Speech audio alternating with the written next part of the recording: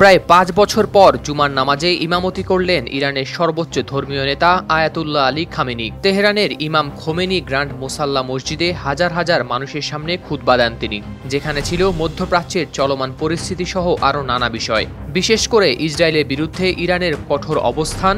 Khamenei খুতবায় ইরানিদের শত্রু এবং মুসলিম দেশগুলোর অভিন্ন শত্রু সম্পর্কেও দিয়েছিলেন দৃঢ় বক্তব্য।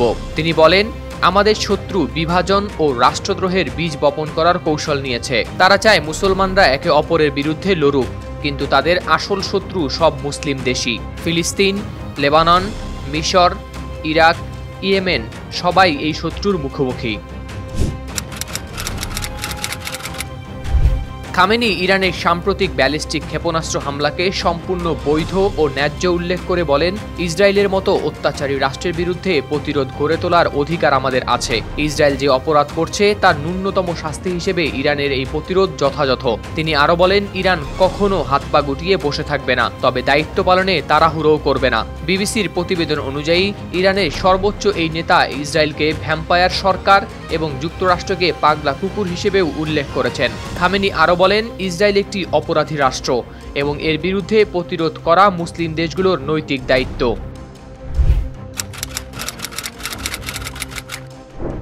মাঠের অলরাউন্ডার আমি, আর ঘরের অলরাউন্ডার টাইলক্স।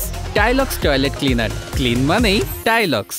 খুতবায় ইরান ইসরায়েল সংঘর্ষের প্রসঙ্গ ছাড়াও খামেনি হিজবুল্লাহর নেতা হাসান নাসরাল্লাহর মৃত্যু নিয়েও কথা বলেন। সাম্প্রতিক ইসরায়েলি হামলায় হিজবুল্লাহর এই নেতা নিহত হওয়ার পর খামেনির বক্তব্যে হিজবুল্লাহর প্রতি সমর্থন প্রকাশ পায় আরও জোরালোভাবে। তিনি বলেন, হিজবুল্লাহর নেতা হাসান নাসরাল্লাহ ইসরায়েলি হামলায় নিহত হয়েছেন এবং আমরা তার সাহসিকতা ও প্রতিরোধের প্রতি শ্রদ্ধা জানাই।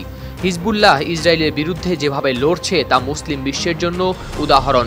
আমরা সবসময় হিজবুল্লাহর পাশে আছি। খামেনি ইসরায়েলের উপর হামাসের হামলা ও সাম্প্রতিক ইরানের ক্ষেপণাস্ত্র হামলাকে বৈধ ও ন্যায়সঙ্গত বলেও উল্লেখ করেন। তিনি বলেন, এটি ইসরায়েলের অপরাধের একটি ন্যূনতম শাস্তি মাত্র। একই সঙ্গে তিনি বলেন, ইসরায়েলের মতো শক্তির বিরুদ্ধে আমাদের শক্তি ও ধৈর্য নিয়ে এগিয়ে যেতে হবে। ইসরায়েলের বিরুদ্ধে ইরানের প্রতিরোধের বিষয়ে তিনি বলেন, আমরা ইসরায়েলের প্রশ্নে কোনো ধরনের দ্বিধা করব না এবং সময় মতোই সিদ্ধান্ত নেব। খুতবায় ফিলিস্তিনিদের প্রতিরোধের প্রতি খামেনি বিশেষভাবে গুরুত্ব দেন। তিনি বলেন, ফিলিস্তিনিদের নিজেদের মাতৃভূমি রক্ষার অধিকার আছে।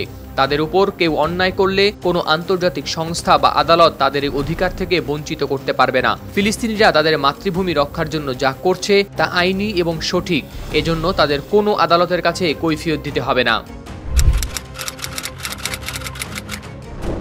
শত্রুর বিরুদ্ধে ঐক্যবদ্ধ হয়ে প্রতিরোধ গড়ে তোলার আহ্বানে খামেনি বলেন, মুসলিম দেশগুলোকে এক হয়ে তাদের অভিন্ন শত্রুর বিরুদ্ধে প্রতিরোধ গড়ে তুলতে হবে। আমাদের শত্রু এক, তারা বিভাজনের বীজ বপন করতে চায়। মুসলিমদেরকে ঐক্যবদ্ধ হয়ে এই শত্রুর মোকাবিলা করতে হবে, কারণ এটি শুধু একটি দেশের যুদ্ধ নয়, এটি সকল মুসলিম দেশের শত্রুর বিরুদ্ধে প্রতিরোধের যুদ্ধ। হাওলাদার শামীম, RTV।